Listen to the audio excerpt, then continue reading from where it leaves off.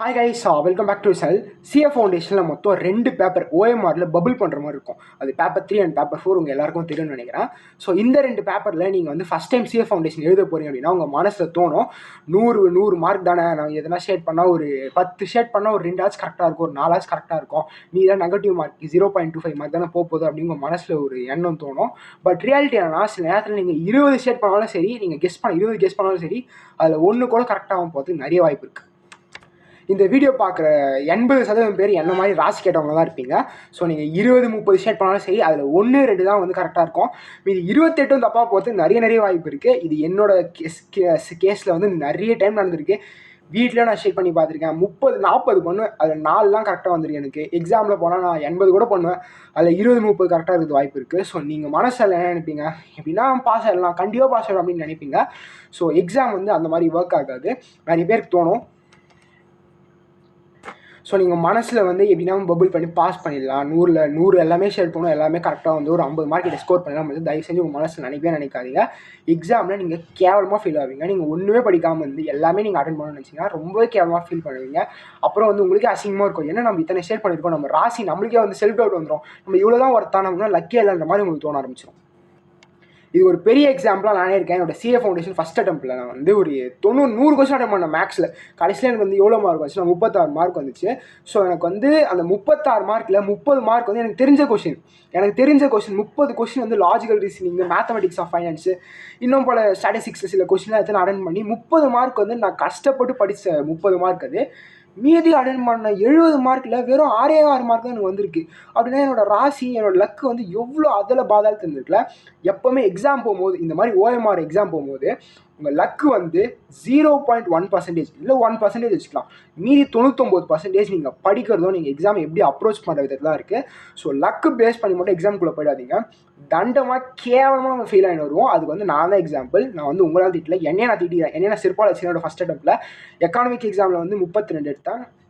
அதே மாதிரி தான் ஸ்கோர் பண்ணியிருந்தேன். 20 மார்க் கிட்ட வந்து எனக்கு தெரிஞ்ச கொஸ்டின் மீதி 12 மார்க் தான். நான் வந்து 80 கொஸ்டினில் மீதி 12 மார்க் தான் வந்திருக்கு. அப்படின்னா வந்து எப்படி வந்து நான் அட்டன் பண்ணி எழுதியிருக்கேன், நம்மளோட ஸ்ட்ராட்டஜி, நம்ம ப்ராபபிலிட்டி வந்து எவ்வளோ கேவலமாக அங்கே ஒர்க் ஆகும்னு பார்த்துங்க. ஸோ இந்த வீடியோ ஆல் அபவுட் இஸ், நீங்கள் உங்கள் மனசில் நினச்சிட்டு இருப்பீங்களா அது மாதிரி நீங்கள் படிக்காமல் எடுத்துடலாம் அப்படின்னா, அதை வந்து சுக்குநூறாக உடைக்கிறது, அந்த கான்ஃபிடென்ஸ் உங்களுக்கு இருந்தால் கூட அதை சுக்குநூறாக உடைக்க தான் என்னோட வேலை. பிகாஸ் நீங்கள் இந்த நேரத்தில் எக்கானமிக்ஸாக இருந்தாலும் சரி, மேக்ஸாக இருந்தாலும் சரி, நீங்கள் எதனா 2 சப்ஜெக்டில் நீங்கள் இப்போ படித்தாலும், நீங்கள் ஏற்கனவே படித்து வச்சுருக்கணும். 0 இருந்து ஆரம்பித்தா பாஸ் ஆக முடியாது. ஏற்கனவே நீங்கள் எவ்வளோ 5-4 சப்ஜெக்ட் படிச்சு வச்சிங்கனாலும் நீங்கள் இப்போ எஃபர்ட் போனால் நீங்கள் பாஸ் ஆக முடியும். So let's get into the video.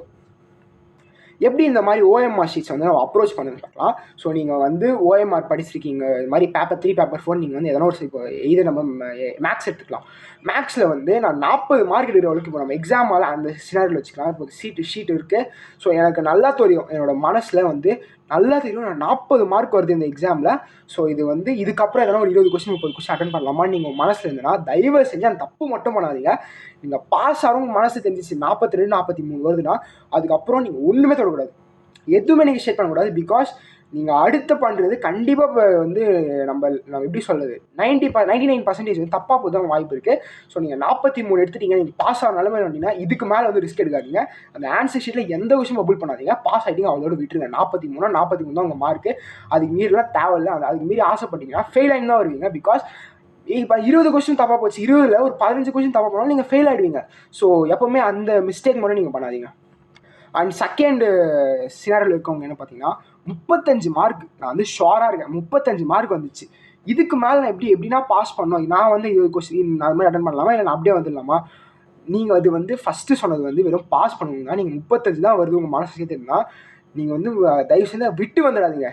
அந்த 20 கொஸ்டின் 30 கொஸ்டின்லாம் அட்டன் பண்ணிட்டு வாங்க. பிகாஸ் இப்படி தான் நீங்கள் ஃபெயில் ஆக போகிறீங்க. அட்லீஸ்ட் இந்த கேம்பிள், இந்த சூதாட்டம் தான் அது. அட்லீஸ்ட் இந்த 30 கொஸ்டின் எதனா வந்து நம்ம ஷேட் பண்ணி எப்படின்னா ஒரு பாஸ் ஆகிடுமே வந்து உங்களுக்கு வந்து நிறைய சான்ஸ் இருக்குது. பிகாஸ் 40 கொஸ்டின் அட்டன் பண்ணிட்டேன், அது வந்து ஏற்கனவே உங்கள் நல்ல நேரம் நீங்கள் ஃபெயில் ஆக வேண்டியது, பாஸ் பண்ணிட்டீங்க. அதுக்கப்புறம் நீங்கள் போய் ஷேட் பண்ணி ஃபெயில் ஆகிறத விட நான் ஃபெயில் தான் ஆக போகிறேன்னு தெரிஞ்சிச்சு, அடுத்து 30 கொஸ்டின் அட்டன் பண்ணிட்டு ஃபெயில் ஆகுது தப்பே இல்லை. ஸோ நீங்கள் 36லேருந்து நம்ம எப்படின்னாலும் நம்ம இதில் ஃபெயில் ஆனால் எல்லா சமயமும் ஃபெயில் தான் ஆக போகுது. ஸோ நீங்கள் 36லேருந்து 36 மார்க் எடுத்துட்டேன், இதுக்கு மேலே வந்து நான் ஃபெயில் ஆகுது வாழ்க்கையில் அந்த நேரத்தில் வந்து இழக்கிறதுக்கு வேறு எதுவுமே இல்லை. ஸோ அடுத்த 30 கொஸ்டின் எதனா ஒன்று அட்டன் பண்ணுங்கள். 30ன்னு இல்லை, 20 கொஸ்டின் அட்டன் பண்ணுங்கள். பட் அந்த 20 கொஸ்டின் எப்படி இருக்கணும்னா உங்களுக்கு ஒரு 40%, 50% நீங்கள் ஷோராக இல்லைன்னு பரவாயில்ல, 30-40% நீங்கள் வந்து அந்த கொஸ்டினில் ஷுவராக இருக்கணும். அந்த ஆப்ஷன்ஸ் தெரிஞ்சிருக்கணும், ஏற்கனவே அந்த சாப்டர் படிச்சிருக்கணும். ஏதோ ஒரு ரேண்டமாக ஒரு கொஸ்டின் வந்து சூஸ் பண்ணுறதை விட நமக்கு ஒரு நாலேஜ் இருக்கணும், அதை பற்றி எதாவது தெரிஞ்சிருக்கணும். நம்ம ஏற்கனவே அதை பற்றி தெரிஞ்சிருந்தா கடவுள் புண்ணியத்தில் நம்ம அட்லீஸ்ட் அந்த இதில் வரும். இது வந்து சயின்டிஃபிக்காக வந்து கிடையாது, இது ஸ்பிரிச்சுவலாக உங்களுக்கு கடவுள் நம்பிக்கை வந்துச்சு, உங்கள் ப்ரேயர்லாம் இருந்துச்சு, நீங்கள் நல்லாவே உழைச்சிருக்கீங்க அப்படின்னா கடவுள் எப்படின்னா உங்களை பாஸ் பண்ணுவார். அதை பற்றி உங்களுக்கு கவலையே வேணாம். ஸோ அந்த நேரத்தில் நீங்கள் எதாவது பண்ணணும், நீங்கள் வந்து எக்ஸ்ட்ரா கொஸ்டின்லாம் ஷேர் பண்ணி ஆகணும்.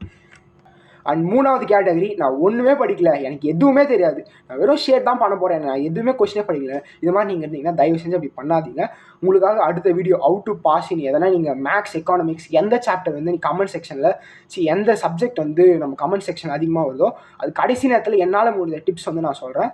ஸோ பாஸ் ஆக முடியுமா என்னால் தெரியாது, பட் 30 to என்னால் முடிஞ்ச அளவு நான் சொல்கிறேன். பிகாஸ் இந்த ஃபஸ்ட் அட்டெம்ப்டில் நான் அப்படி தான் கடைசி நேரத்தில் தான் படித்து 36-32 எக்கானமிக்ஸ் அண்ட் மேக்ஸில் வந்து 36-32 கீழே ஸ்கோர் பண்ணியிருந்தேன். ஸோ எனக்கு வந்து அது எப்படி அட்லீஸ்ட் பாஸ் ஆகுதுன்னு எனக்கு அந்த ஸ்ட்ராட்டஜி தெரியும்.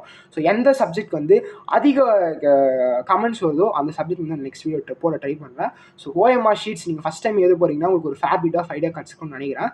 So that's about the video. இன்னொரு நல்ல வீடியோவில் சந்திக்கலாம்.